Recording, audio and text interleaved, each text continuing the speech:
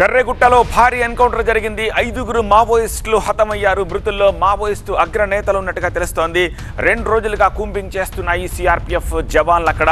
ఈ నేపథ్యంలో ఇవాళ ఎన్కౌంటర్ జరిగింది. దానికి సంబంధించిన బ్రేకింగ్ ఇది. తెలంగాణ, ఛత్తీస్గఢ్ రాష్ట్రాల సరిహద్దుల్లో ఉన్న కర్రెగుట్టల్లో సిఆర్పీఎఫ్ బలగాలు ఆపరేషన్ కగార్ 2 నిర్వహిస్తున్నాయి.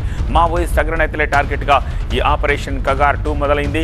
కర్రెగుట్టల్లో మావోయిస్ట్ అగ్రనేతలు ఉన్నారు అన్న ఇన్ఫర్మేషన్ తోటి ఈ ఆపరేషన్ చేపడుతున్నారు. కేంద్ర కమిటీ ప్రధాన కార్యదర్శి దేవ్జీ అలియాస్ చేతన్ కేసా సోది తలదాచుకున్నారన్న సమాచారం వచ్చింది. 5,000 మంది సిఆర్పీఎఫ్ బలగాలతోటి కూంబింగ్ నిర్వహిస్తున్నారు.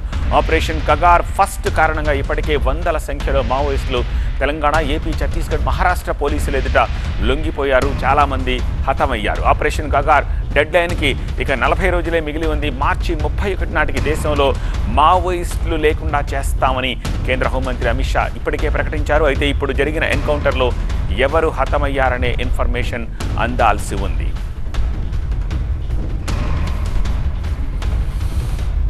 ఈ ఆపరేషన్ కగార్ 2.0కి సంబంధించిన మరింత ఇన్ఫర్మేషన్ అందించేందుకు మా ప్రతినిధి విజయ్ ప్రస్తుతం మనకి లైవ్లో సిద్ధంగా ఉన్నారు. విజయ్, కన్ఫర్మ్ చేశారా? 5గురు హతమయ్యారని చెప్తున్నారు. ఎవరు అందులో ఉన్నారని ఏమైనా తెలిసిందా?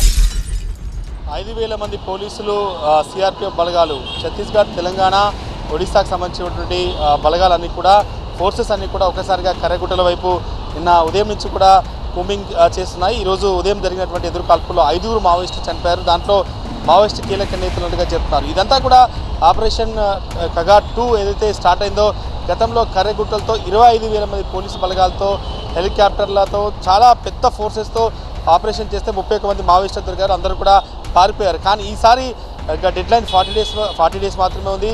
ఆపరేషన్ కగార్ పేరిట దేశంలో మావోయిస్టు లేకుండా చేస్తామని చెప్పి కేంద్ర హోంశాఖ మంత్రి అమిత్ షా ఇప్పటికే ప్రకటించారు. ఆ సమయం 40 రోజులు మాత్రమే మిగిలింది కాబట్టి అన్ని రాష్ట్రాల్లో సరెండర్స్ కొనసాగుతున్నాయి. కానీ కర్రెగుట్టలో తలదాచుకున్నటువంటి మావోయిస్టులు సరెండర్ అవ్వట్లేదన్న కారణంతో ప్రస్తుతం ఈ ఆపరేషన్ చేపట్టారు.